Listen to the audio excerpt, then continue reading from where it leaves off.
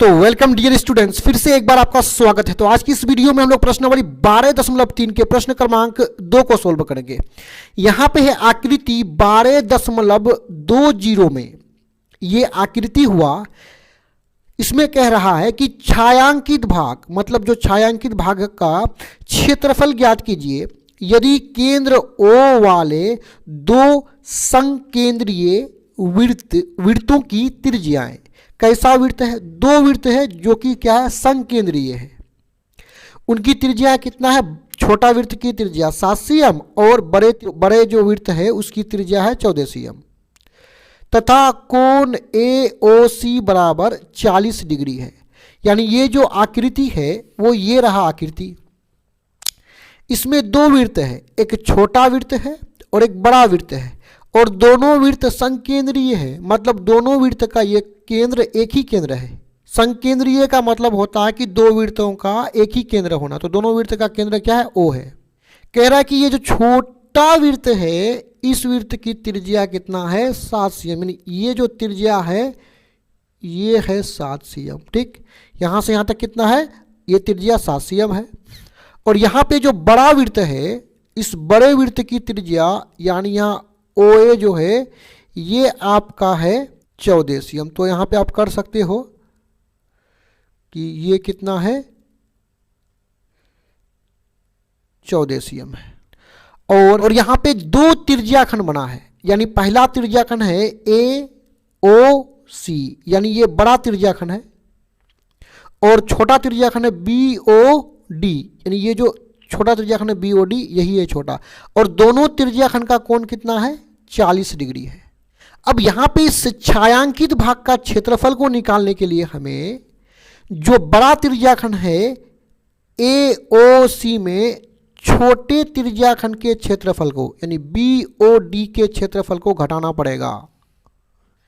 यानी हमें इस छायांकित भाग का क्षेत्रफल निकालने के लिए त्रिज्याखंड AOC में हमको किसको घटाना पड़ेगा? BOD को घटाना पड़ेगा। BOD को घटाना पड़ेगा, तभी हम छायांकित भाग का क्षेत्रफल निकाल सकते हैं। तो अब यहां पे इन दोनों को घटाने के लिए सबसे पहले इन दोनों त्रिज्याखंड का हमें क्षेत्रफल को निकालना पड़ेगा। और त्रिज्याखंड के क्षेत्रफल को निकालने का सूत्र है θ/360 πr²।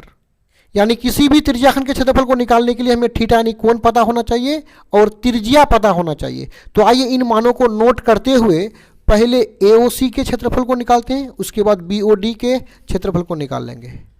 तो यहां सिंपल सा लिखेंगे हल, और लिख लेंगे ये जो छोटा त्रिज्याखंड है BOD उसका त्रिज्या कितना है? 7 cm। तो लिखेंगे त्रिज्याखंड BOD की त्रिज्या कितना है? 7 cm और कोण कितना है? 40 डिग्री।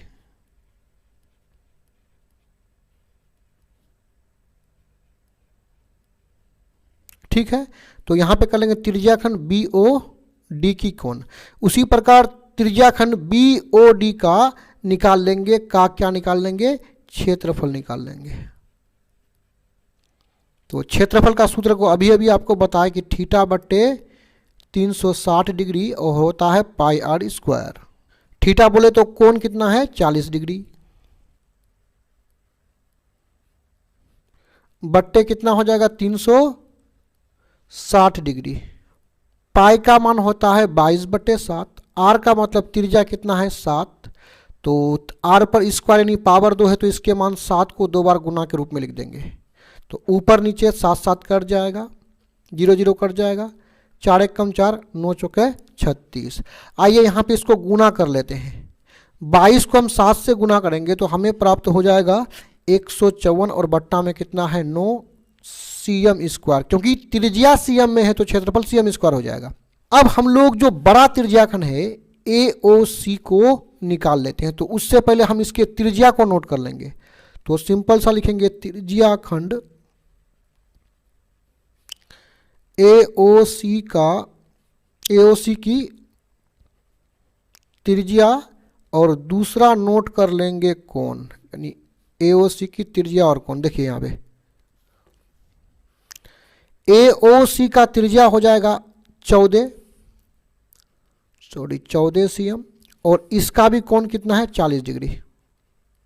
अब निकाल लेते हैं त्रिज्याखंड AOC का क्षेत्रफल।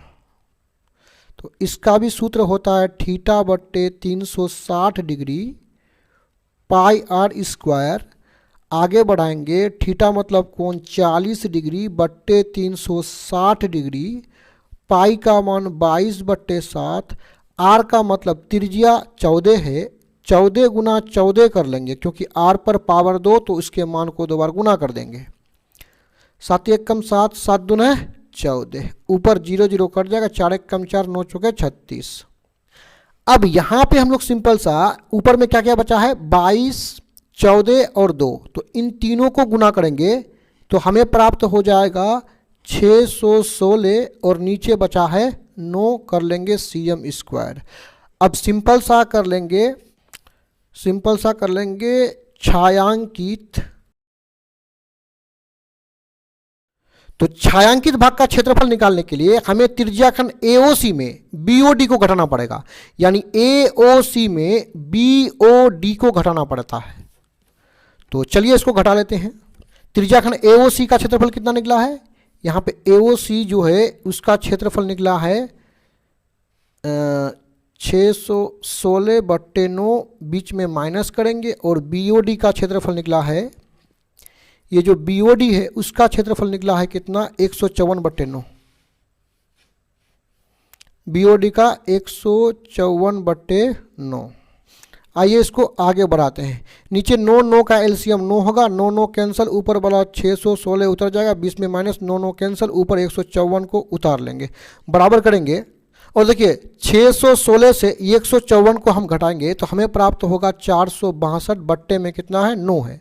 अब यहाँ देखिए 3 तिया 9, 3 1 कम 3, 5 तिया 15, 4 तिया 12, यानी हमें छायांकित का भाग का क्षेत्रफल 154/3 cm स्क्वायर प्राप्त हुआ। यही हो जाएगा आंसर। इस तरह का और भी वीडियोस को देखने के लिए आप हमारे चैनल के प्ले लिस्ट में जाकर के देख सकते हैं। धन्यवाद।